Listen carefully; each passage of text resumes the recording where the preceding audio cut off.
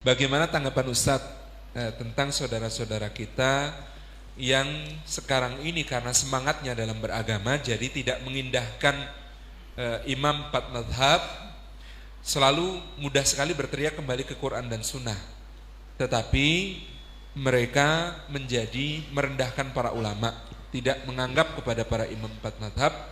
Bahkan dengan logika dangkal mereka sering mempertanyakan kita dengan mengatakan, mau ikut Rasulullah apa ikut Imam Syafi'i? Begitu.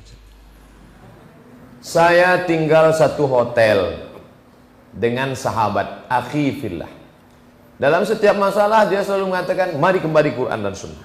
Sedangkan saya selalu mengutip Imam Nawawi, Imam Ar-Ramli, Imam As-Subuki, Imam As-Syafi'i, Imam As-Suyuti, Imam Jaluddin Abdurrahman As-Suyuti, Imam Ibnu Hajar Al-Asqalani. Tapi dia selalu mengatakan mari kembali Quran Sunnah. Sampai akhirnya satu masalah muncul, jumrah ula, jumrah wusta, jumrah aqabah.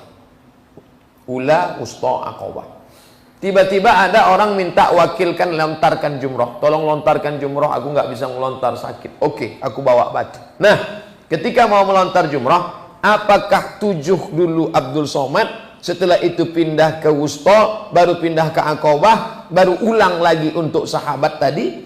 Atau boleh langsung Abdul Somad 7, sahabatku 7, Abdul Somad 7, sahabatku 7? Mana? Lalu apa dia kata? Dia jawab, boleh. Kawan yang tadi yang ngomong mari Quran Sunnah, mari Quran Sunnah, boleh kita lontar untuk kita dulu 7, setelah itu baru untuk teman kita 7. Untuk 7 teman kita 7. Quran Sunnahnya mana? Apa kata dia? Menurut pendapat Imam bin Baz. Apa maknanya? Tidak ada orang yang mampu kembali ke Quran dan Sunnah. Semuanya Quran Sunnah melalui ulama. Saudara-saudaraku fillah itu juga kembali ke Quran Sunnah melalui Syekh Abdul Aziz Ibnu Baz, Syekh Ibnu Utsaimin, Syekh Nasruddin Al-Albani. Oleh sebab itu, kalau aku boleh ke Quran Sunnah melalui Syekh bin Baz, mengapa saudaraku tidak boleh ke Quran Sunnah melalui Imam Syafi'i, Imam Nawawi, Imam Ibnu Hajar Al-Haythami, Imam Ibnu Hajar As-Suyuti? Nah, ini tentang masalah kaedah kembali ke Quran dan Sunnah. Imam Syafi'i baru bisa berijtihad mendalami bahasa Arab isruna sana fi Bani Hudzail, 20 tahun di Bani Hudzail, bahasa yang paling original, asli, tidak terkontaminasi dengan bahasa pasaran di Makkah. 20 tahun.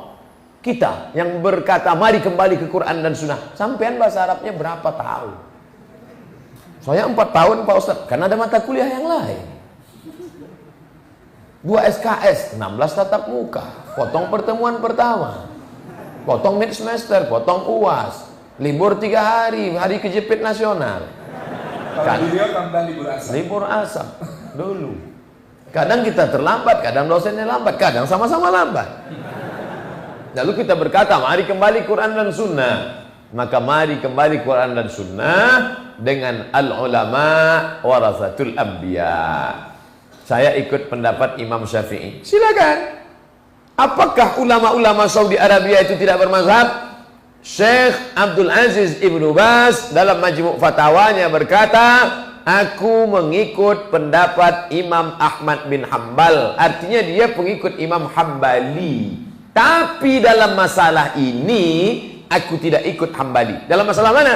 Dalam masalah membaca Fatihah di belakang imam. Menurut Imam Hambali, kalau imam sudah baca Fatihah, makmum nggak perlu baca. Tapi dalam masalah ini, kata Syekh Abdul Aziz bin Baz, aku mengikut hadis Nabi, la salata illa bi fatihatil kitab. Tidak sah salat kalau tidak baca Fatihah. Dan itu mazhab Syafi'i. Syafi'i membaca Fatihah di belakang imam. Oleh sebab itu, ketika Imam Syahid Hasan Al-Banna masuk ke masjid, ada 2 orang sedang kelahi. Kamu kelahi kenapa? Tarawih hanya 11 rakaat. Lebih dari 11 bid'ah. Wa kullu bid'atin dhalalah wa kullu dhalalatin finnar. Kata yang satu lagi, tarawih mesti 23 rakaat. Kalau tidak 23 rakaat, bukan tarawih. Kata Syekh Hasan Al-Banna, hukum tarawih itu apa? Sunnah. Kelahi di masjid hukumnya apa? Haram.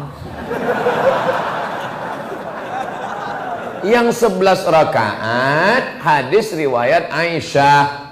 Karena Rasulullah SAW salat la yazidu ala 11 rakaat fi Ramadan atau fi ghairi Ramadan. Tak pernah lebih dari 11 rakaat. Sedangkan 23 imamnya Ubay bin Ka'ab, yang mengangkat Ubay Sayyidina Umar ibnul Khattab. Kenapa 23 rakaat?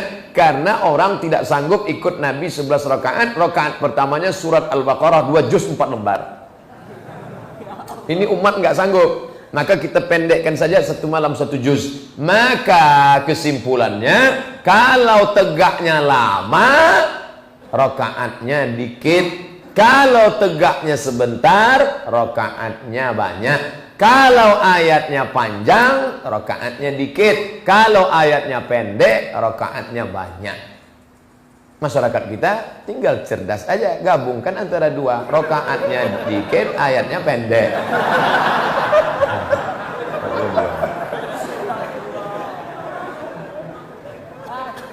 Ikut pendapat.